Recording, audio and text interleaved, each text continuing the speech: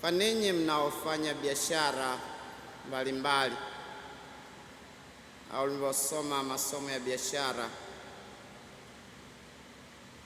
kwenye biashara kuna kitu kinaitwa riski,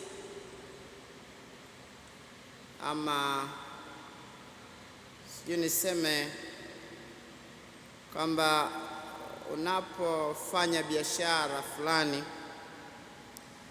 lazima upime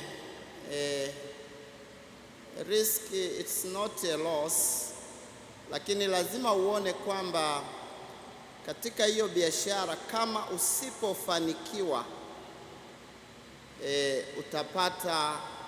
utapoteza kiasi gani, ama anguko lako litakuwa kwa ukubwa gani. So that is what we call risky. Na katika biashara, ile biashara ambayo ina riski kubwa ndio biashara ambayo ina faida kubwa.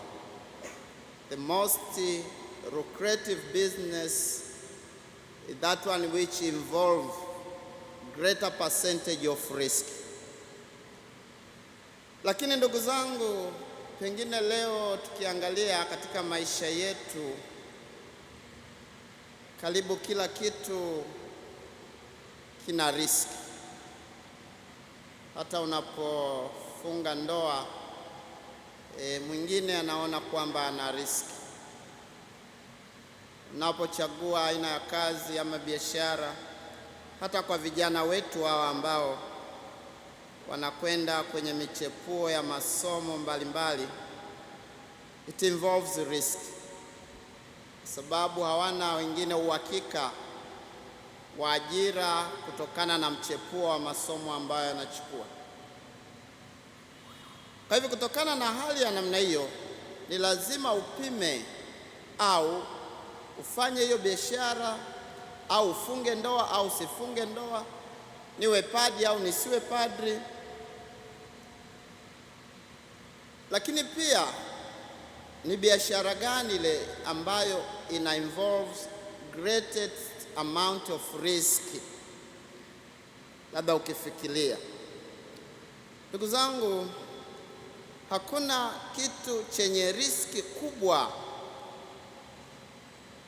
kama kuwa Mkristo. Faida ya Ukristo ni kubwa kuliko faida ya biashara nyingine yoyote, kwa sababu kuwa Mkristo ni njia ya kurithi ufalme wa Mwenyezi Mungu. Lakini njia hiyo ina riski kubwa, njia hiyo ina mateso makubwa, na ni kwa mfano wa Kristo mwenyewe. Na ndio leo tunafanya kumbukumbu ya Mtakatifu Paul Mbiki na wenzake. Kwa kukiri imani, wamejikuta katika mateso makubwa. Ndugu zangu, leo hii kama hawa wasingeipokea hiyo riski ya kuwa Wakristo na kudumu katika imani, tusingekuwa jinsi tulivyo.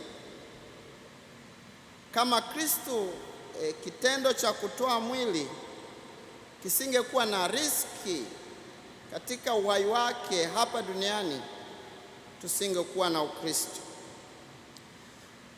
Lakini leo hii unakuta tunapeana hofu ya kuteki riski. Naambiwa unayapenda maisha yako, unaipenda familia yako, basi tukusikie umesema hivi, tukusikie umefanya hivi. Lakini Kristo alisema, atakayenikana hapa duniani, nami nitamkana mbele ya Baba yangu mbinguni. Ndugu zangu, kwa maombezi ya watakatifu hawa Paul Mbiki na wenzake 22 tunaowakumbuka leo, tutambue thamani ya ufalme wa Mwenyezi Mungu inaendana na kuwa tayari kuchukua or to take risk. Na riski yetu inadai sisi kuwa tu waaminifu kwa imani yetu na kwa ufuasi wetu. Hivyo tujaliwe nguvu ya kuishi katika uaminifu wa imani na ufuasi wetu, pamoja na majaribu na changamoto tunazokutana nazo katika utumishi, katika maisha ya ndoa na sehemu mbalimbali za shughuli zetu za kila siku. Tukiri dhambi zetu ili tupate kustahilishwa kuadhimisha mafumbo matakatifu.